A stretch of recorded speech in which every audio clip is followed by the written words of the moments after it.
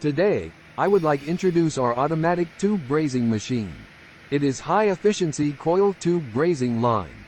The flame volume and product moving speed can be adjustment by control system. The height of the flame can also be adjusted according to the different pitches of the product.